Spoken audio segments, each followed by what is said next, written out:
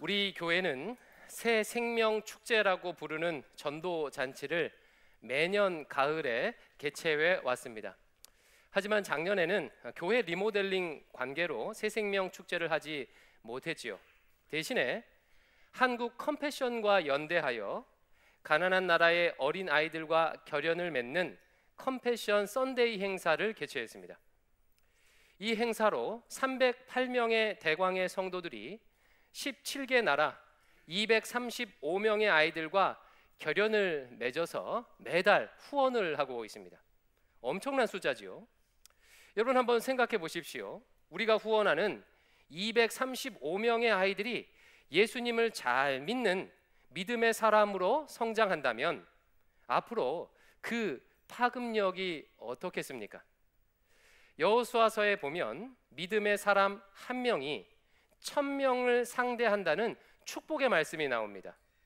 이 숫자를 단순 그대로 적용하면 235명의 아이들을 통해 23만 5천 명에게 복음의 영향을 끼칠 수 있게 되는 것입니다.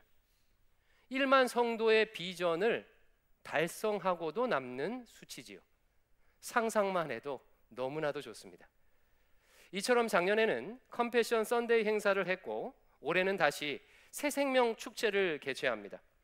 올해는 10월 19일에 하고요. 횟수로는 24회째가 되겠습니다. 약 2달여 남았는데 모든 성도들이 전도의 사명에 동참할 수 있기를 기대합니다. 그러나 솔직히 말해서 전도의 여건이 그리 녹록지 않은 것이 사실이에요. 2000년대 이후 한국 교회는 양적 성장이 급격히 둔화되었습니다. 교회 성장학자들은 그 이유를 크게 세 가지로 지적을 하는데요. 첫 번째는요, 교회의 역할이 줄어들었기 때문이래요. 과거 교회는 국가가 감당할 수 없는 많은 일들을 교회가 감당해 왔지요. 돌잔치, 결혼, 장례 등의 경조사를 교회에서 주관했습니다. 과거에 목사님들은요, 염도하셨어요. 그러나 이제 돌 예배는 안 한 지 오래되었고 장례는 상조회사가 담당합니다. 최근에는 결혼식도 신자들마저 비기독교식으로 하는 경향이 많아졌습니다. 또한 과거 교회는 병원이나 학교 역할도 했습니다. 의료기술이 발달하지 못했던 시절에 많은 사람들이 치유의 기적을 소망하며 교회에 와서 기도했고 치료를 받았습니다. 저만 해도요, 기도해서 치유받은 경험이 있습니다. 학교의 역할도 교회가 했죠. 주일학교, 선교원, 노인대학 등 다양한 교육 프로그램이 있습니다. 물론 지금도 있지만 이미 주민센터나 복지관, 학원 등의 역할이 더 커진 것이 사실입니다. 교회가 감당했던 또 다른 대표적인 역할은 문화 콘텐츠 제공이에요. 1990년대 이전까지만 해도 당시에는 쉽게 접할 수 없었던 서양 악기를 접하며 연주할 수 있던 곳이 교회였습니다. 그래서 50대 이상의 음악가들 중에서 교회에 안 가본 사람이 없을 정도예요. 문학의 밤이나 크리스마스 이브 행사를 하면 시골 마을의 경우에는 교회 행사가 마을 잔치가 되기도 했습니다. 뿐만 아니라 교회는 복지, 상담, 취미 활동 등 다양한 역할을 했어요. 그러나 지금은 다릅니다. 그동안 교회가 했던 많은 일들을 국가와 시민사회가 더 전문적으로 감당하고 있습니다. 그만큼 교회에 올 이유가 없어지는 것이지요. 두 번째, 점점 더 경쟁이 치열해지는 사회 현상으로 인해 교회에 오는 것이 어려워지고 있습니다. 1990년대까지만 해도 한국 사회는요, 남편이 밖에 나가서 돈을 벌고 부인은 집에서 살림을 하는 것이 보편적이었어요. 신랑이 건실한 직장을 다니고 있으면 혼자만 벌어도 아이도 키우고 집도 장만하고 노후 준비도 할 수 있었습니다. 그러나 2000년대 들어오면서 상황이 급격히 달라졌어요. 부동산 상승률과 물가 상승률이 임금 상승률보다 압도적으로 치솟았습니다. 이제는 봉급으로 집을 살 수 있는 환경이 아닙니다. 혼자 벌어서는 집은커녕 아이들 교육시키는 것도 어렵게 되었습니다. 그래서 많이들 맞벌이를 하지요. 삶의 규모는 남들처럼 유지해야 하니까 맞벌이를 해야 하고 따라서 주중 교회 활동이 어르신들 제외하고는 어렵게 되었습니다. 그러면서 신분 상승의 유일한 통로인 교육의 모든 것을 집중합니다. 어린아이들은 3, 4세만 되면 조기 교육을 시작해서 무한 경쟁 속으로 들어가죠. 여러분 혹시 최근에 강남 교육 열풍의 후유증에 대해 들어보신 적 있으십니까? 최근 10여 년 동안요, 강남에 소아정신과가 급증했다고 합니다. 마음껏 뛰어놀아야 할 아이들이 일찍부터 학원을 10개에서 15개씩 다니니까 정서가 온전할 수 없는 거죠. 소아 우울증, 공황, 불안, ADHD 등 정신질환이 급증했대요. 상황이 이러면 아이들을 편하게 해주어야 하는데 정신과 약을 먹여가면서 공부를 시킨다고 합니다. 이러니 주일에 교회 1시간 오는 것도 아까워할 수밖에 없습니다. 다들 다음 세대의 신앙이 문제라고 하지만 사실은요, 부모 신앙이 문제인 거예요. 부모의 불안과 욕망 때문에 아이들을 일찍부터 무한 경쟁에 내몰다 보니까 아이들도 주일에는 어떠고 싶겠습니까? 주일에는 쉬고 싶겠지요. 혹은 주일에라도 학원에 가서 부모의 기대에 조금이라도 충족하려고 할 것입니다. 세 번째, 전도가 어려워진 이유는요, 교회의 이미지 추락이에요. 이것이 가장 심각한 문제이죠. 현재 한국의 3대 종교인 개신교, 천주교, 불교 중에서 가장 신뢰를 받지 못하는 종교가 개신교입니다. 올해 여론조사에 따르면 개신교 신뢰도는 14% 정도밖에 안 나왔어요. 천주교 53%, 불교 37%에 비해 턱없이 낮습니다. 개신교인 비율이 17% 정도인데 이것보다 더 낮은 수치예요. 그러니까 신자들마저도 교회를 신뢰하지 않는다는 뜻입니다. 이것은 자업자득이라고 할 수가 있지요. 일부 극우 개신교인들이 보여준 폭력성과 정치 편향적인 모습은 신자가 봐도 이해할 수 없는 비상식적인 행태입니다. 교회의 배제와 혐오 또한 마찬가지입니다. 여러분, 교회는 본래 누구든 올 수 있는 곳이 교회예요. 어떤 죄를 지었든지 교회에 와서 예수님의 구원의 은총을 누릴 수 있는 곳이 교회입니다. 그러나 일부 개신교회는 반동성애, 반공산주의, 반무슬림을 외치며 특정 사람들을 혐오하고 교회 밖으로 몰아내고 있습니다. 또한 한국 교회 중 상당수가 여전히 남녀 차별적 구조를 가지고 있죠. 이미 한국 사회는 남녀 평등의 가치가 보편화되었지만 많은 교회들이 빈약한 성경 해석을 근거로 남녀 차별을 구조적으로 당연시하고 있습니다. 이 밖에도 대형 교회의 목회자 세습이라든지 성적인 문제들, 큰 건물을 짓기 위해 수백억씩 빚을 지며 헌금을 강요하는 모습들, 한국 사회에 큰 영향력을 행사하기 위해 수십만 명을 광장에 동원하는 행태 등은 한국 교회를 향해 물음표를 던지게 만듭니다. 이러다 보니 21세기 한국 사회에서 누군가를 전도한다는 것이 쉽지 않은 일이 되었어요. 오히려 한국 사회는 한국 교회를 향해서 이렇게 외치고 있습니다. 박찬욱 감독이 만든 친절한 영자씨라는 영화에 나온 유명한 대사지요. 너나 잘하세요. 여러분, 미안한 이야기지만 이런 현실 속에서 전도하셔야 해요. 개신교회가 한국 사회에서 통일교나 신천지와 동일한 취급을 받는 상황에서 전도하셔야 합니다. 교인들마저도 내가 믿고 있는 것이 진리가 맞는가라고 하며 교회를 떠날지 말지 고민하는 이 상황에서 전도하셔야 합니다. 여러분, 어떻게 전도하시겠습니까? 어떻게 하시겠어요? 우리 교회는 다르다. 우리 교회 목사님은 다르니까 우리 교회 오라고 하시겠습니까? 믿고 안 믿고는 우리 책임이 아니고 성령의 역사이니 그냥 그동안 해오던 방식대로 하면 되겠습니까? 예수천당, 불신지옥, 피켓을 들고 거리로 나가면 되겠습니까? 광장에서 확산기를 크게 틀어놓고 복음성가를 부르면 사람들의 마음이 열리겠습니까? 성도 여러분, 어떻게 하면 좋겠습니까? 어떻게 해야 예수님께서 우리에게 부탁하신 땅끝까지 복음을 전하라는 사명을 우리가 감당할 수 있을까요? 풀타임 사역자로서 365일 내내 교회만 생각하는 저도요, 그 구체적인 방법을 잘 모르겠습니다. 어느 길로 가야 할지 저도 구체적인 길을 잘 모르겠습니다. 다만 그 방향에 대해서만큼만은 그 어느 때보다도 더욱 명확해졌다고 생각합니다. 여러분, 한번 생각해 보십시오.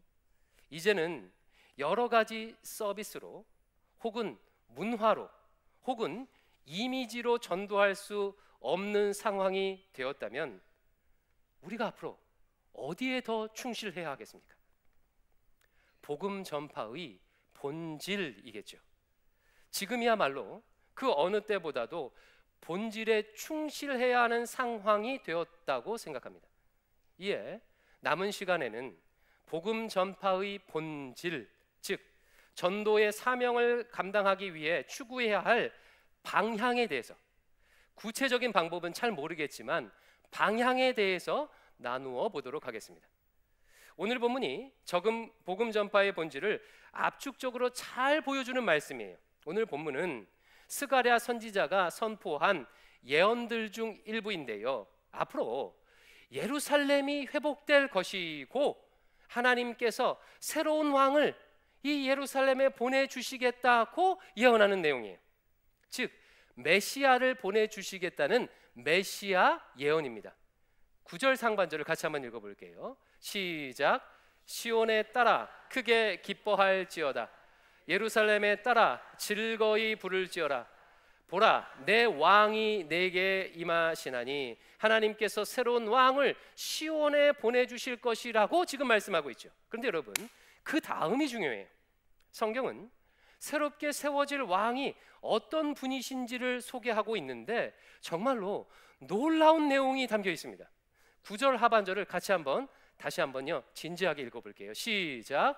그는 공의로우시며 구원을 베푸시며 겸손하여 나귀를 타시나니 나귀의 작은 것 곧 나귀 새끼니라. 새로 오실 왕은 공의로우시고 구원을 베푸시고 나귀를 타시는 분이세요. 이 묘사가 놀라운 이유는 당시 제국을 통치하는 황제들의 모습과 전혀 다르기 때문입니다.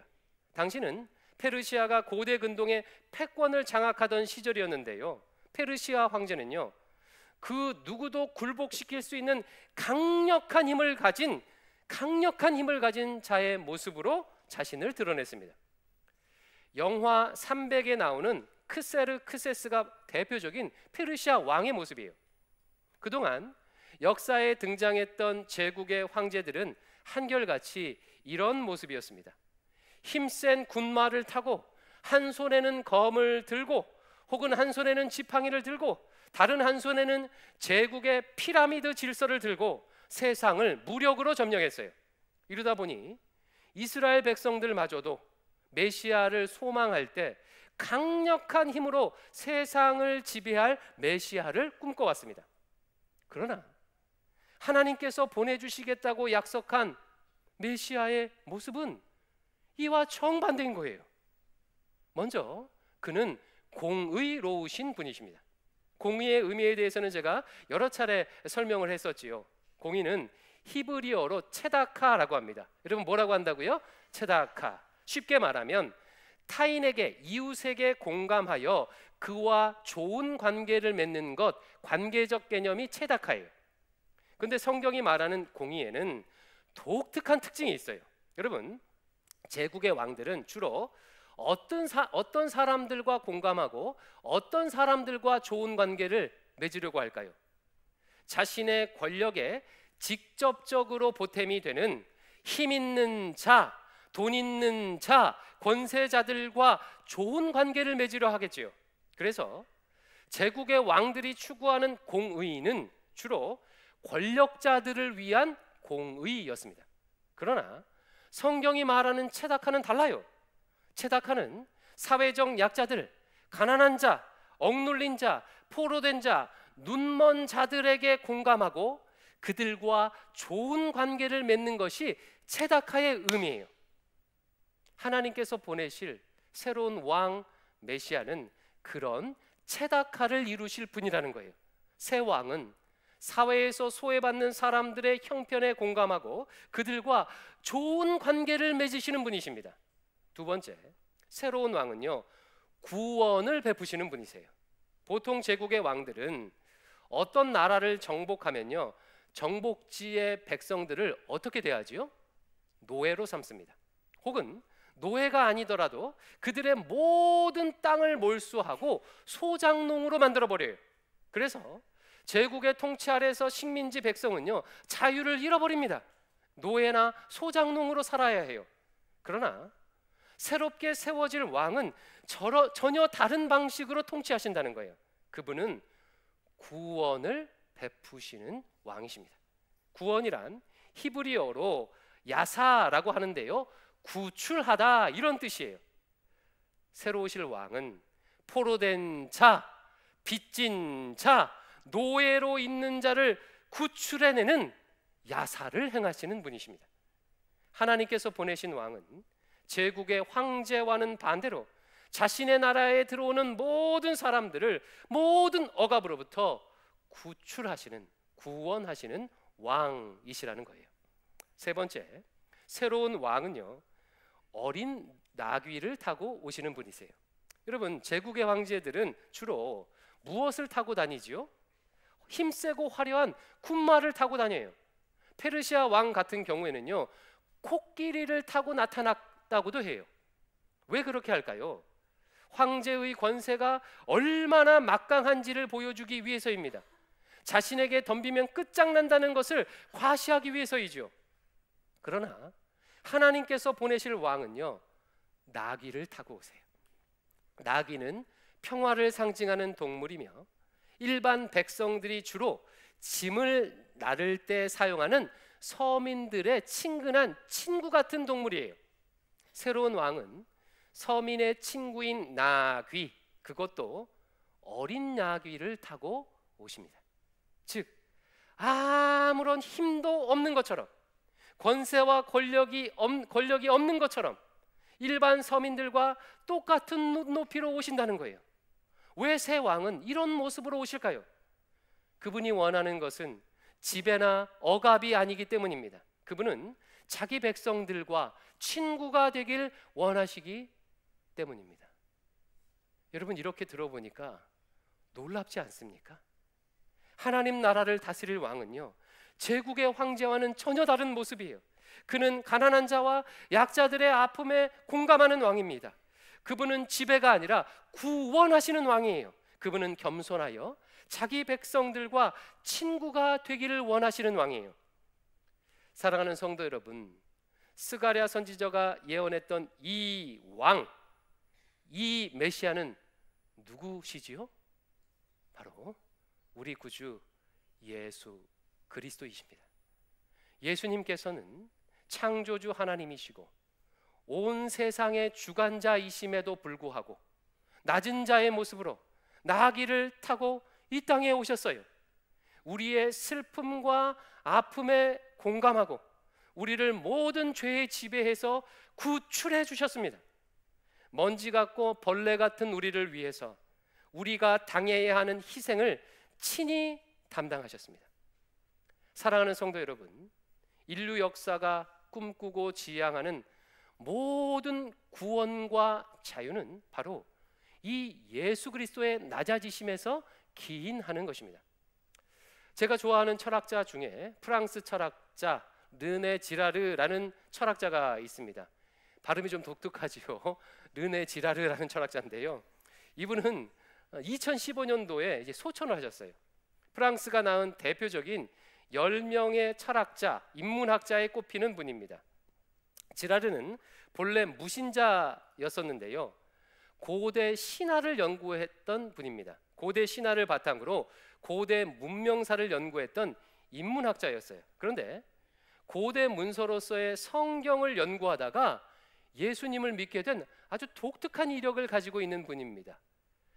독일의 신학자들은요, 이 지라르를 21세기 기독교를 구한 인문학자다라고 평가하기까지도 합니다. 지라르 어떤 이론을 제시를 했냐면요, 아마 들어보신 적이 있을 거예요. 모방 욕망 이론과 희생양 이론을 정립한 학자가 지라르예요. 희생양 이론 들어보셨죠? 그가 고대의 신화를 연구해 보았더니 모든 문명이 인간의 모방 욕망으로 인해 생긴 갈등과 그 갈등을 해결하기 위해서 희생양을 만드는 방식으로 문명들이 세워져 왔다는 것을 발견했어요. 인간은 남이 가진 것을 가지고 싶어하는 모방 욕망이 있는데, 그 욕망이 충족되지 않을 때 그 사회의 갈등이 점점 더 커진다는 거예요.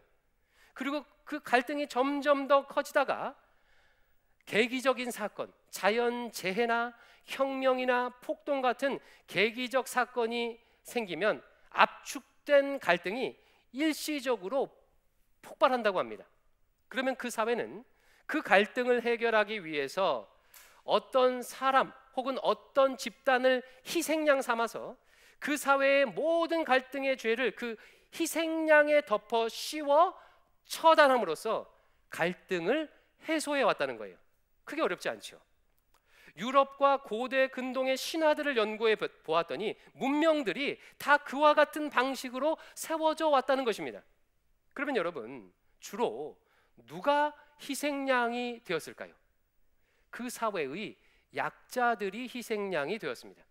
가난한 자, 서자, 장애인, 고아, 이방인, 여성, 둘째 등 약자들이 희생양이 되어 왔다는 거예요. 그런데 이분이 성경을 연구하다 놀라운 사실을 발견합니다. 유일하게 성경만이, 고대 문서 중에 성경만이 전혀 다른 이야기를 하고 있다는 것을 발견했어요. 성경은 그 사회의 약자가 아니라 온 세상을 창조한 신이 자발적으로 죄인들을 위해 희생양이 되었다고 증거하는 거예요. 이 사건으로 인해 인류 역사에 두 가지 놀라운 변화가 나타났다고 지라르는 말합니다.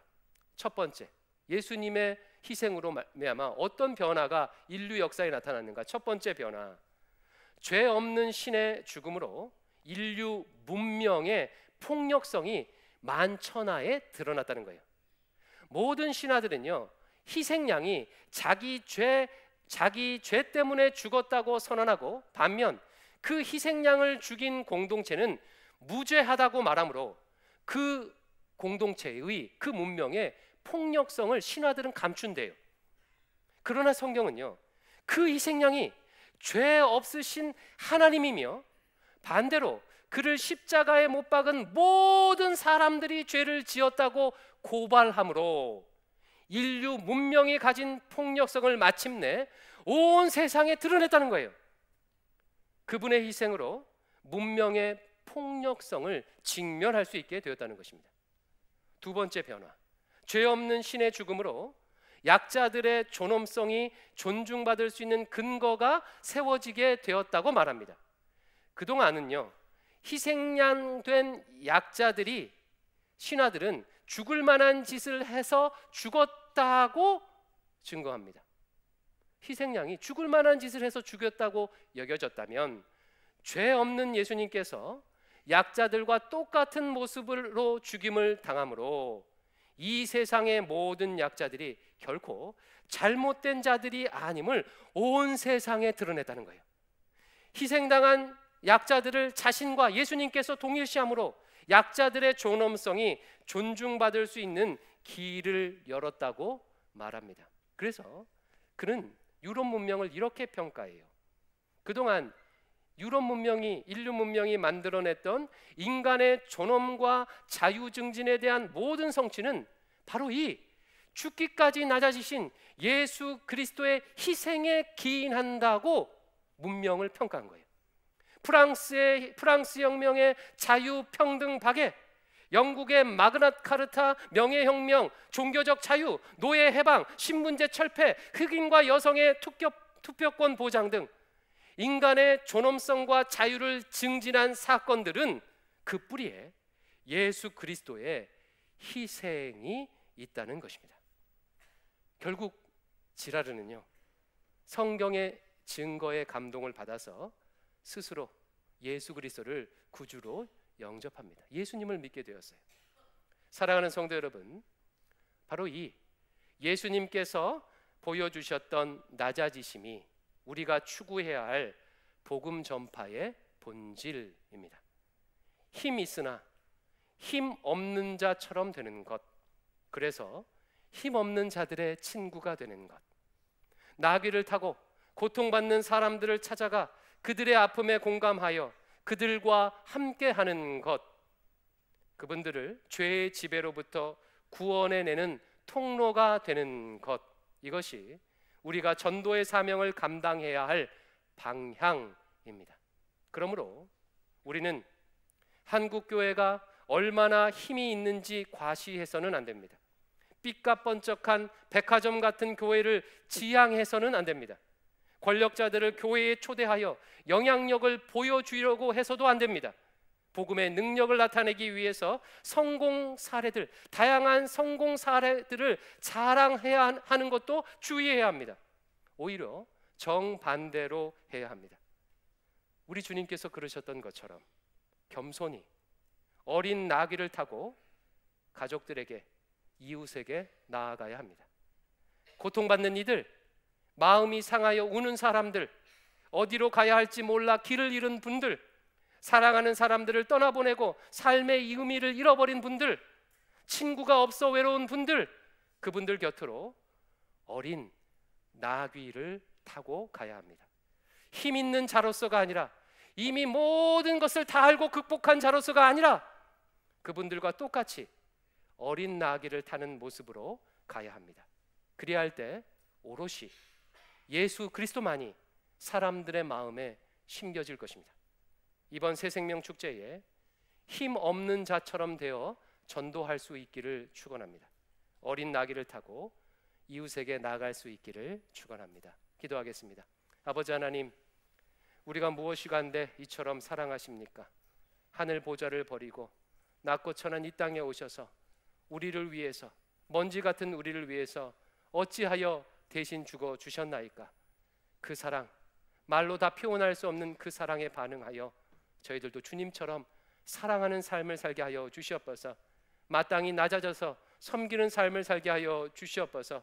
주여, 한국교회가 가야 할 길을 알려 주시옵소서. 예수님 이름으로 기도하옵나이다.